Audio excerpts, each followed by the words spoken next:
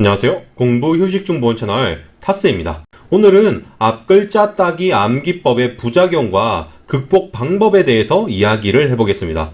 여러분들이 종종 몇 가지 키워드를 외워야 하는 경우가 있습니다.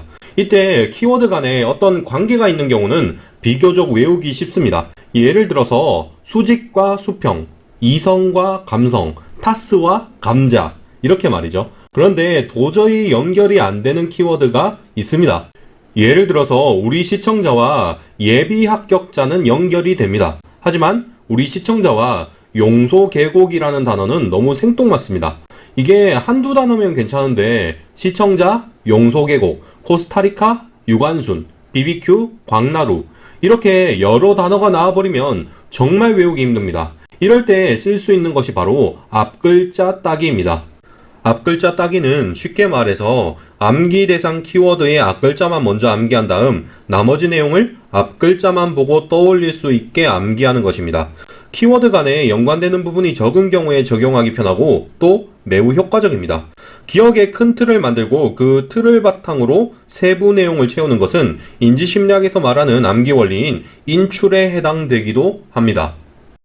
그런데 이 앞글자 따기에도 몇 가지 부작용이 있습니다. 구체적으로 예를 들어볼게요. 1호선 지하철역 5개를 순서대로 외워야 한다고 하겠습니다.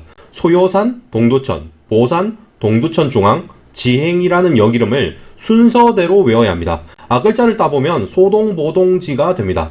이제 소동보동지라는 앞글자부터 암기하고 구체적인 내용을 외우면 끝입니다.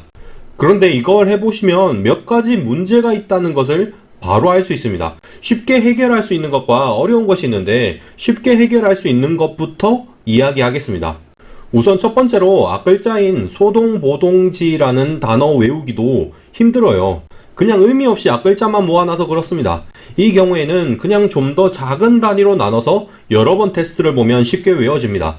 보통 소동보동까지는 외우기 쉬울 겁니다. 어감이 뭔가 귀엽고 인상적이니까요. 소동보동 다음에는 동지라는 단어를 외워줍니다.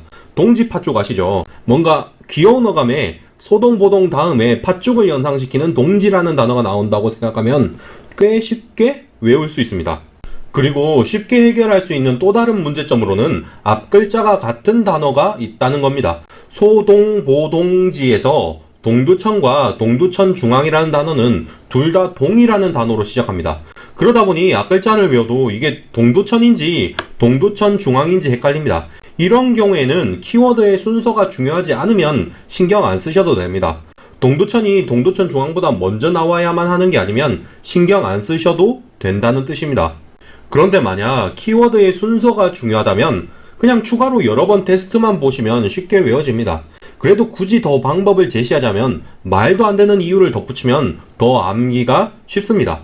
소동보동지 중에 동두천과 동두천중앙 중 단어가 길수록 무거워서 나중에 나온다. 이렇게 말도 안 되는 이유를 지어내면 앞에 나오는 동이 동두천이고 뒤에 나오는 동이 동두천중앙이라는 것을 외우기 쉽습니다.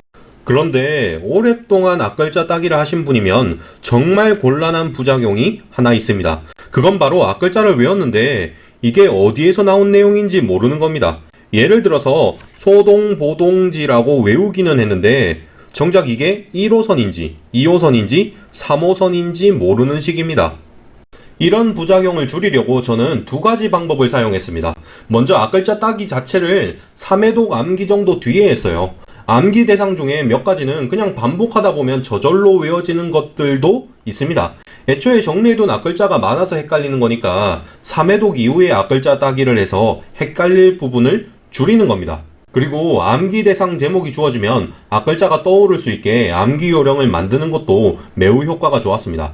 예를 들어서 1호선이라는 단어가 나오면 소동보동지라는 앞글자를 떠올릴 수 있게 암기 요령을 만듭니다. 소동이라는 단어를 보면 작은 아이라는 말이 생각납니다.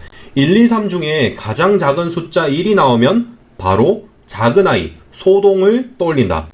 이렇게 암기하면 앞글자 따기 부작용을 상당 부분 줄일 수 있습니다.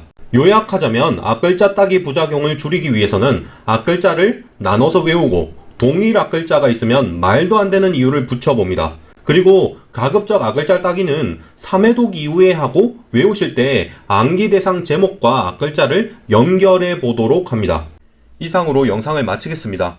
야매식 암기법은 학술적으로 엄밀한 내용이 아닌 암기 요령을 다룬 컨텐츠입니다. 예비 합격자 여러분 시청해 주셔서 감사합니다.